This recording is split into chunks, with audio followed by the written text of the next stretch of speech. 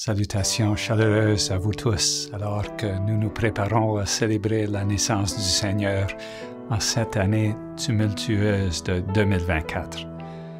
Je veux commencer par quelques citations qui ont été significatives pour moi au fil des années et qui ne sont pas très typiques de Noël, mais elles nous aident à établir un cadre pour comprendre ce que Noël et l'incarnation nous apportent. La première vient de la grande écrivaine américaine Annie Dillard, qui, traitant d'une expérience très dure, écrit « Il est tard, il est un moment tard pour vivre, au milieu des guerres qui se poursuivent sans relâche dans notre monde, des plus de 100 millions de réfugiés et de personnes déplacées, au milieu des divisions profondes et polarisantes qui semblent de s'enraciner de plus en plus dans le monde occidental. Cela semble être un moment tard pour vivre. » L'autre citation vient de C.S. Lewis, qui écrit sur l'impact de la mort de sa mère alors qu'il était encore enfant.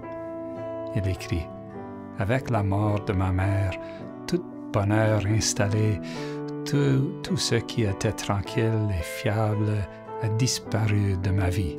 Il y aurait des moments d'amusement et de plaisir, mais plus de l'ancienne sécurité. À partir de là, il n'y avait que de l'eau et des îles. Le grand continent avait coulé comme l'Atlantide. » Je propose ces réflexions parce que je pense qu'elles aident à nommer l'expérience d'aujourd'hui, que les fondations sur lesquelles notre société et même notre monde ont été construites semblent désormais très fragiles.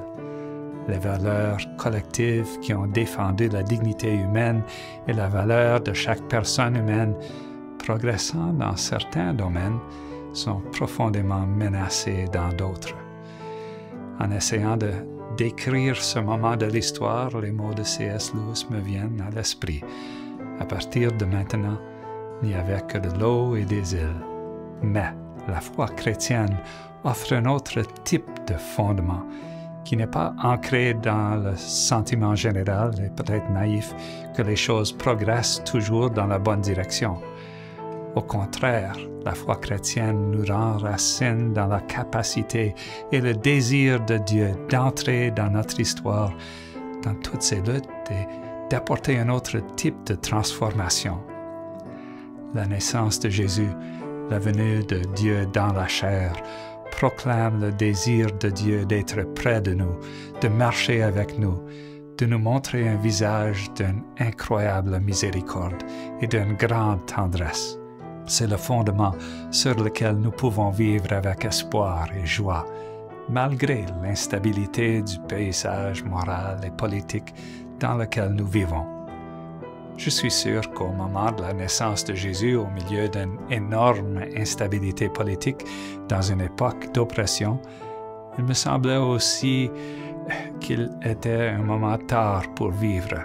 Le fait est que Dieu nous a créés pour vivre ici et maintenant, confiant que Dieu, Père, Fils et Saint-Esprit sont ici avec nous dans le désordre et la mêlée, en ce moment et en ce lieu.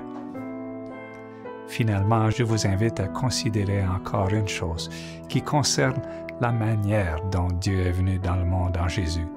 Si vous étiez tout-puissant et essayez de changer le monde, essayant de faire naître un royaume de paix et de justice, cherchant à créer une communion de joie entre tous les peuples, le feriez-vous en envoyant un bébé au monde?